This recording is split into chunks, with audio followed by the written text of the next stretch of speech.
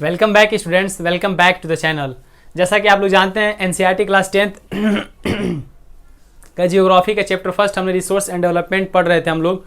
हमने उसमें already 7 part आपको अपलोड करके दिखा दिया है, आपने देखा भी है और आपने नोट्स भी बनाया होगा। ये नेक्स्ट पार्ट है, यानी पार्ट नंबर 8, पार्ट 8 है। आपको इसमें मिलेगा land degradation and conservation measures. यहाँ पे मैं बात करूंगा लैंड डिग्रेडेशन क्या होता है, मतलब भूमि का निम्नीकरण होना, यानी भूमि का निम्नीकरण, हिंदी वाले भूमि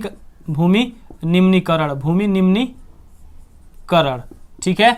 और कंजर्वेशन मतलब मेजर्स, संरक्षण के उपाय, यानी जो भूमि जिन जिन चीज़ों से निम्नीकृत हो रही है, जिन जिन चीज़ों से भूमि डिग्रेड हो रही है, वो उन चीज़ों को हमें रोक के हमें उसे बचाना है, लैंड को कंजर्व करना है, ताकि अपकमिंग जनरेशन, फ्यूचर जनरेशन को हम बेटर से बेटर वे में लैंड को प्रोवाइड करा सकें और तमाम सारी फैसिलिटी जो हम आज यूटिलाइज करते हैं उनको भी मिल सके। आज हम बात करेंगे land degradation and conservation measures. Previous lecture में मैंने, यदि आप नए हैं, ग्रुप में नए हैं, तो प्रीवियस लेक्चर में जाएं, एग्जाम बूस्टर चैनल पे आपको प्लेलिस्ट में जाएं, प्लेलिस्ट में क्लास 10th जियोग्राफी एनसीईआरटी का मैंने ऑलरेडी फोल्डर बना दिया, आप उसको क्लिक करें, उसमें जितने भी पार्ट है आप उसको सीरीज वाइज आप उसे देखें, नोट डाउन करें। आपको हूबहू नोट डाउन कर लेना है। उसके बाद से जितने एमसीक्यूज होंगे मैं आपको कराऊंगा, देखिएगा आप 100% एमसीक्यूज कर लेंगे। उसके साथ साथ जितने भी लॉन्ग टाइप आंसर होते हैं उसे भी आप कर ले जाएंगे और बोर्ड एग्जाम में आप बेटर से बेटर मार्क्स पाएंगे। बशर्ते आप वीडियो को पूरा देख के आप इसे नोट्स बनाएं, अवश्य बनाएं। एक बार वीडियो को देख के समझ लें, फिर मैं हट जाता हूँ, लास्ट में आप इसे स्क्रीनशॉट ले लें।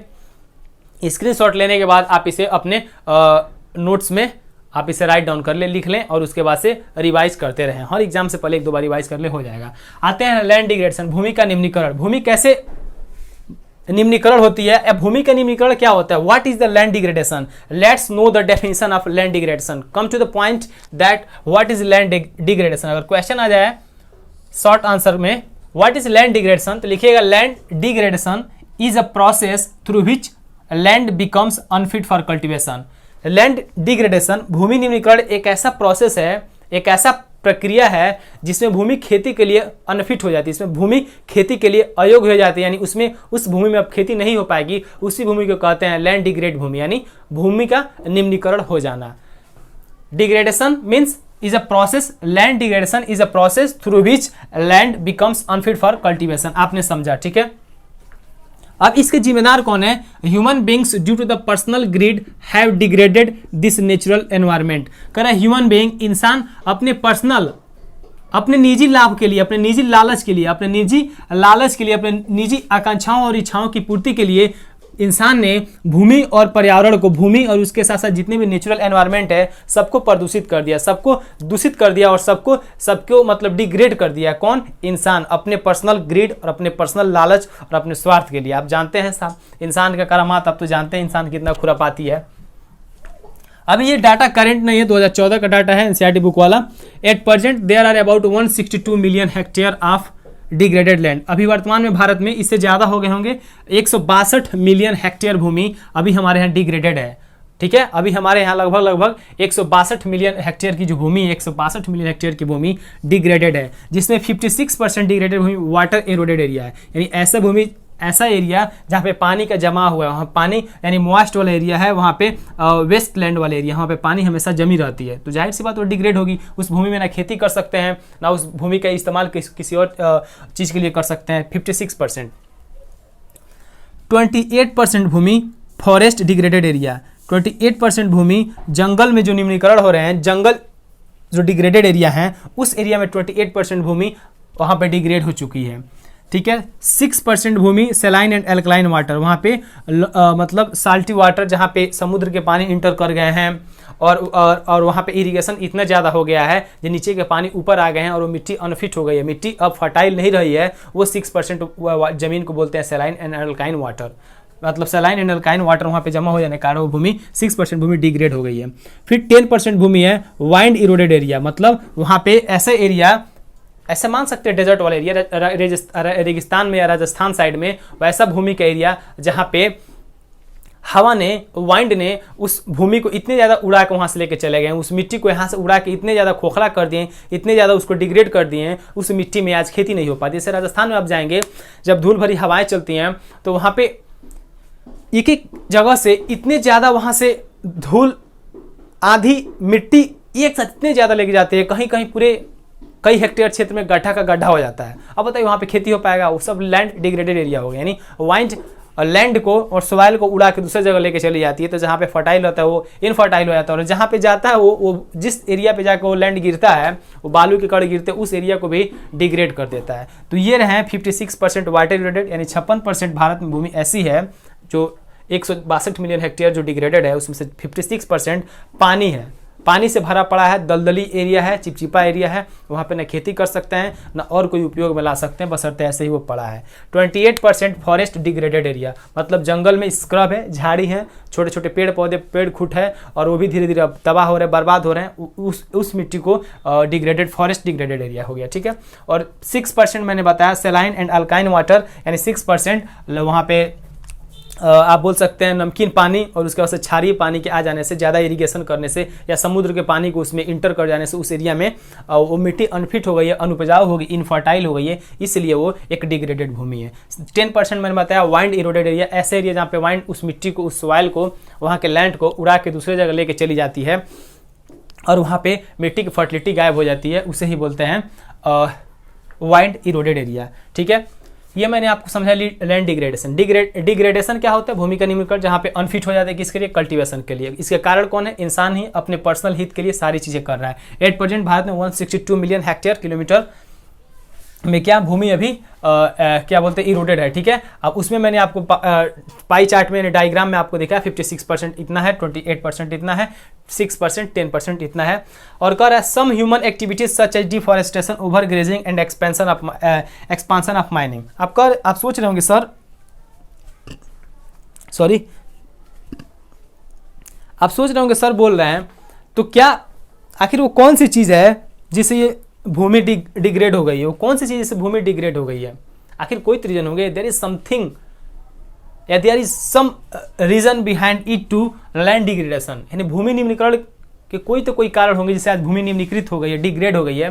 तो आइए देखते हैं। सबसे बड़ा कारण इंसान हो सकता है। इंसान से बड़ा कारण कौन हो सकता है? यार इंसान ही सब कुछ किया है। इंसान की जितने भी एक्टिविटीज है, जितनी भी गतिविधियां है, उस गतिविधियों में भूमि का निम्नीकरण शामिल है। जैसे डिफॉरेस्टेशन, जैसे इंसान की आबादी बढ़ रही है तेजी से, इंसान का पॉपुलेशन बढ़ रहा है, तो इंसान के ह्यूमन को जो डिमांड बढ़ रहे हैं, जब डिमांड बढ़ेंगे तो सप्लाई भी तेजी से होगा, सप्लाई भी तेजी से होगा तो जाहिर सी बात है उन सप्लाइयों की पूर्ति पेड़ काट की जाती है। मान लीजिए आप फर्नीचर डिमांड करते हैं तो फर्नीचर अपने आप तो बन नहीं जाएगा, हवा में तो बनेगा नहीं, आप कहीं के फॉरेस्ट को काटेंगे, उससे आपका बनेगा, क्या बनेगा? आपका फर्नीचर बनेगा।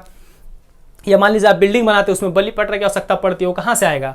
आपके फॉरेस्ट से काट के आएगा। तो इस प्रकार डिफॉरेस्टेशन कर रहा है, इंसान कर रहा है, हम और आप मिलकर कर रहे हैं। तो इससे क्या हो रहा है? लैंड डिग्रेडेशन हो रहा है। कैसे हो रहा है कहेंगे सर? अब पेड़ काट देने से कैसे लैंड डिग्रेडेशन हो जाएगा? अरे यार सिंपल सी बात है, आप पेड़ काट देंगे, पेड़ के जो रूट्स होते हैं, रूट्स पूरे मिट्टी को वैसे पकड़ के रखते हैं, एकदम जकड़ के रखते हैं, ठीक है। और मिट्टी के कण आपस में मिले हुए रहते हैं, बधे हुए होते हैं, बाइंड अवस्था में रहते हैं। तो बारिश आए या आंधी आए, हवा आए, उस मिट्टी को तो वहाँ से उड़ा के ना हवा ले जा सकती है, ना बारिश उसे बहा के ले सकती है, ना उस मिट्टी का सॉइल इरोजन, ना मिट्टी का अपर्दन हो सकता है, ना मिट्टी उड़ी सकती है। तो जाहिर सी बात है पेड़ हैं, उसके जो जड़ है, रूट्स हैं, मिट्टी को बांधे हुए हैं और वहाँ से पानी भी अवशोषित कर रहे हैं, पानी को भी अब्जॉर्ब कर रहे हैं, जिससे मिट्टी की फर्टिलिटी बढ़ रही है और उसके साथ साथ मिट्टी मजबूती भी गेन कर रही है, पोषण भी उसमें गेन हो रहा है। तो अगर पेड़ ही काट देंगे तो जाहिर सी बात उस रूट्स को उखाड़ के फेंक देंगे। जब रूट्स उखाड़ के फेंक दिया जाएगा तो मिट्टी के जो छोटे छोटे वहाँ पे कण होंगे ढीले हो जाएंगे। ढीले हो जाएंगे तो बारिश अगर थोड़ा सा भी आता है तो पानी उस बारिश के पानी से मिट्टी बह जाएगी, या तेज हवा आ जाता है तो मिट्टी उड़ जाएगी। इस प्रकार मिट्टी डिग्रेड हुई ना डिफॉरेस्टेशन से, ठीक है। ओवर ग्रेजिंग, अधिक यदि आप चराई करा देते हैं किसी फसल को, किसी भी जानवर को अगर एक लिमिट मात्रा में अगर वहाँ पे आप चरा रहे हैं किसी खेत में, किसी घास के मैदान में, ग्रासलैंड वाले एरिया में, तब तो ठीक है। लेकिन एक लिमिट और एक सीमा से ज़्यादा आप चराते हैं तो क्या होगा? वो जानवर क्या होंगे? घास को पूरा खा जाएंगे। जब घास को खा जाएंगे तो घास वहाँ से निकल जाएगी। जब घास वहाँ से हट जाएगी तो जाहिर सी बात है फिर घास भी पकड़ के रखते हैं, तो वहाँ की जो मिट्टी होंगी, जो पार्टिकल्स होंगे, ढीले हो जाएंगे और भुरभुरे हो जाएंगे, और बारिश हल्का सा भी होगा तो बह जाएंगे, हवा से आएगी तो वो उड़ जाएंगे। ऐसे भी डिग्रेडेशन हो गया, ठीक है। नेक्स्ट आता है एक्सपांशन ऑफ माइनिंग। जानते हैं माइनिंग तेजी से बढ़ रहा है। अगर किसी भी देश को विकसित देश बनना है, डेवलप्ड कंट्री बनना है, तो उसके देश में जितने भी नेचुरल रिसोर्सेस हैं उसका अधिक से अधिक एक्सप्लॉयटेशन करना पड़ता है। तो मान लीजिए हमारे देश में माइनिंग है, तो माइनिंग का जब तक ह्यूज पैमाने पर, वास्ट पैमाने पर उसका हम एक्सपांसन नहीं करेंगे, तब तक हम अपने देश को विकसित कैसे बना सकते हैं? तो अपने देश को विकसित बनाने के चक्कर में हम अंधाधुन, काउंटलेस, एकदम अंधाधुन हम माइनिंग करते जा रहे हैं। खदान पे खदान निकालते हैं, खदान कर रहे हैं, माइनिंग पे माइनिंग करके मेटल्स नॉन मेटल्स वाली चीज़ें निकाल रहे हैं, क्रूड ऑयल निकाल रहे हैं, कोयले निकाल रहे हैं, फॉसिल फ्यूल निकाल रहे हैं, ये सारी चीज़ें तो निकल रही हैं। जहाँ पे माइनिंग होता है वहाँ पे आपको टाइम मिलेगा, आपको जब मौका मिले लाइफ में, जब आपको माइनिंग वाले एरिया घूमने का मौका मिले तो देखिएगा किलोमीटर एरिया में माइनिंग कर दिया जाता है, वहाँ से चीज़ें निकाल ली जाती है, metals non metals fossil fuels कोयले वेले सब निकाल लिए जाते हैं। वैसे गड्ढा का गड्ढा छोड़ दिया जाता है। अब उससे गड्ढा का गड्ढा छोड़ दिया जाता है तो वैसे गड्ढा आएगा, उसमें बारिश आएगा तो बारिश का पानी उसमें स्टोर होगा, जमा होगा, और मिट्टी उसमें एल्कलाइन और आपका साल्टी उसमें वो नीचे के पूरे चीज़ नीचे जितने भी मिट्टी में जितने भी अगर पोषण कुछ उसमें न्यूट्रिशन वाले चीज़ बचे तो पानी में आके ऊपर बदह के निकल जाएंगे, वैसे इनफर्टाइल हो गई, ठीक है, और पानी जमा हो गई तो वैसे वहाँ पे कोई फसल नहीं हो पाएगा। तो ये सब चीज़ें हैं जो एक्सपांसन ऑफ माइनिंग से लैंड डिग्रेडेशन हो रहे हैं। तो आइए इसी को कुछ थोड़ा सा और एलोबोरेट करके देख लेते हैं। माइनिंग सबसे मोस्ट इंपॉर्टेंट फैक्टर होता है माइनिंग किसी भी देश के विकास करने के लिए। अगर किसी देश में जितने भी नेचुरल रिसोर्सेस हैं अगर उसमें माइनिंग ज़्यादा है तो समझिए वो देश बहुत आगे जा रहा है, वो देश बहुत तेज़ी से तरक्की कर रहा है। लेकिन जैसे वो देश तेज़ी से तरक्की कर रहा है वैसे वहाँ पे लैंड डिग्रेडेशन भी तेज़ी से बढ़ रहा है। जितना आप जाहिर से बात है मिट्टी को खोदेंगे, जितना मिट्टी में खोद के प्लेटू वाले एरिया को माइनिंग करते जाएंगे उतना आप डीप जाते जाएंगे, और जब डीप जाएंगे डीप से निकाल के आप चीज़ें लेकर आप इंडस्ट्री में जाएंगे, फिर वो गड्ढा हो जाएगा, उस गड्ढा को आप कहीं से भर नहीं पाएंगे, कहीं से भी भरेंगे, कहीं से मिट्टी ला के भरेंगे तो फिर वहाँ पे गड्ढा हो जाएगा, और जहाँ भी गड्ढा होगा वहाँ पे पानी जमा होगा, स्टोर होगा, और वहाँ पे जब पानी कहीं जब लगातार जमा हो जाती है 6 महीना 2 महीना 3 महीना तो मिट्टी इनफर्टाइल हो जाती है, क्योंकि वो जो सॉइल होता है, जो लैंड होता है, उसकी जो न्यूट्रिशन होता है सब बाहर आ जाते हैं। उसमें जितने पोषण युक्त जितने भी अंदर जो आपके बोलते हैं मिनरल्स होते हैं सब पानी में ऊपर आ जाते हैं और बह जाते हैं, आप पानी में रहते हैं तो वहाँ पे खेती हो ही नहीं सकती है। तो ऐसे मोस्ट इंपॉर्टेंट फैक्टर होता है माइनिंग में abundant from the excavation work is over. जैसे हम वहाँ पे खुदाई का काम कर लेते हैं, खनन का काम कर लेते हैं, उसको खुला ही छोड़ देते हैं, पूरे गहरे डीप उसको ऐसे ही छोड़ देते हैं, और दूसरे भी मटेरियल डिग्रेडेड उसके साथ साथ उसमें जो मटेरियल होते हैं जिस चीज़ का हम निकाले होते हैं उसके भी छोटे छोटे पार्ट वहाँ बच जाते हैं, वो भी लैंड को डिग्रेड कर देते हैं, खेती नहीं होने देते हैं, मिट्टी को इनफर्टाइल बना देते हैं, ठीक है, और पानी जमा हो रहा है उससे तो हो ही रहा है। किस एरिया में की बात की जा रही है, वहाँ के सॉइल डिग्रेड हो गई। झारखंड, छत्तीसगढ़, मध्य प्रदेश, उड़ीसा, जानते हैं ये वाले एरिया माइनिंग के लिए काफ़ी जाने जाते हैं। झारखंड, छोटा नागपुर का प्लेटू, और छत्तीसगढ़, मध्य प्रदेश और उड़ीसा, ठीक है। अब आते हैं ओवर ग्रेजिंग। ओवर ग्रेजिंग क्या होता है? रिमूवल ऑफ ग्रास, मैंने बता दिया, वहाँ से घास हटेगी, वहाँ से जब घास हटेगी तो उसके जो making it's easy for wind and water of remove the soil. जब घास वहाँ से पशु खा जाएंगे तो घास के जो जितने भी रूट्स होते हैं वहाँ से मिट्टी ढीली हो जाएगी। जब मिट्टी ढीली हो जाएगी तो उड़ जाएंगे, मैंने आसानी से समझा दिया आपको। वाटर लॉगिंग, पानी जमा होना। Over irrigation of land also responsible for the land degradation. यदि आप किसी सीमा से ज़्यादा, एक सीमा से ज़्यादा किसी भी खेत में ज़्यादा से ज़्यादा आप सिंचाई कर देते हैं, उसके नीचे के पानी को ऊपर ला देते हैं, तो जब नीचे से जब पानी ऊपर आती है अगर काफ़ी देर तक रहती है तो आप जानते हैं कैपिलरी एक सिस्टम होता है, कैपिलरी एक प्रोसेस होता है, केशिकात्व की प्रक्रिया होती है। नीचे से पानी के रास्ते नीचे से पूरे न्यूट्रिशन मिनरल्स होते हैं धरती से बाहर निकल आते हैं, सारे के सारे न्यूट्रिशन धरती से बाहर निकल आते हैं, और पानी जब वो फिर सूख जाती है तो पूरे न्यूट्रिशन जो होते हैं मिनरल्स होते हैं मिट्टी के ऊपर पूरे जमे हो जाते हैं। एक प्रकार की क्षारीय मिट्टी हो जाती है और एक प्रकार का साल्टी मिट्टी हो जाती है, उस पर खेती नहीं हो पाता है, उस पर आप कल्टिवेशन नहीं कर पाते हैं, तो इस प्रकार मिट्टी डिग्रेड हो जाती है। और जाहिर सी बात अगर आप इरीगेशन दबा के कर रहे हैं, अंधाधुंध इरीगेशन कर रहे हैं, तो आपका जो ग्राउंड वाटर का जो लेवल है वो भी कम होगा, तो वहाँ भी आपका सॉइल डिग्रेडेशन की क्रिया बढ़ती जाएगी। जैसे यहाँ पे एग्जाम्पल बता रहा है, कहाँ गया जी, अनफिट फॉल्ट कर, लाइक पंजाब और हरियाणा और उत्तर प्रदेश में जाके देखिए, वहाँ पे इतने ज़्यादा लोग इरिगेशन सिस्टम लगा दिए हैं, इतने ज़्यादा इरिगेशन और मोटर और ट्यूबवेल हो जाने की वजह से वहाँ की मिट्टी इतनी ज़्यादा डिग्रेड हो गई है, क्योंकि इतनी ज़्यादा नीचे से हम पानी वहाँ पे निकाल दिए हैं, और पानी ज़्यादा नीचे से आने की वजह से नीचे के वो मिनरल्स को भी बाहर ला दी है, और पानी ज़्यादा करने से वो मिट्टी डिग्रेड हो गई है। और वहाँ पे इस समय जाइए 40 से 50-60 फुट जो तो पानी निकलेगा ही नहीं, और आपको गहरा बोरिंग कराना पड़ेगा जिससे आप पानी निकाल सके और खेती हम कर सके या पीने के लिए भी इस्तेमाल कर सकते हैं। तो ऐसे आप समझ सकते हैं वाटर लॉगिंग कितना खतरनाक होता है। अगर किसी भी खेती में अभी रोपा का सीजन चल रहा है, आप जानते हैं सब कोई रोपा करा रहा है, एक सीमा से ज़्यादा अगर उस धान के खेत में पानी जमा हो जाए तो धान सूख जा रहा है, धान मर जा रहे हैं सब। ऐसा क्यों हो रहा है? क्योंकि एक निश्चित सीमा तक अब पानी उसमें जमा रहेगा तो उसके मिनरल्स बाहर आ जाएंगे, वो खत्म हो जाएगा। तो ये होता है वाटर लॉगिंग प्रोसेस का। एक होता है इंडस्ट्रियलाइजेशन।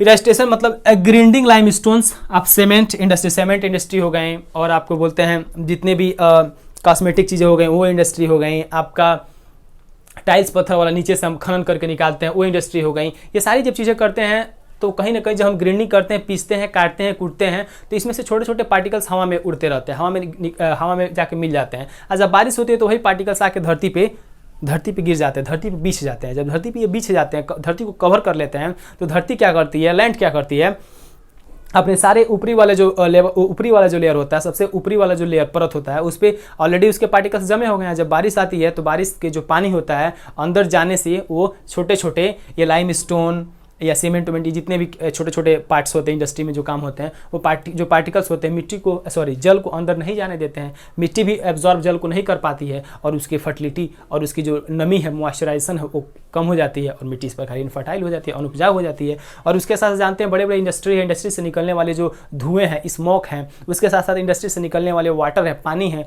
उसको आप नदी में बहा दे रहे हैं। नदी में बहेंगे तो नदी के पानी ही आप जानते हैं किसी न किसी खेत से होकर ही जाता है। तो उस नदी में अगर मान लीजिए आप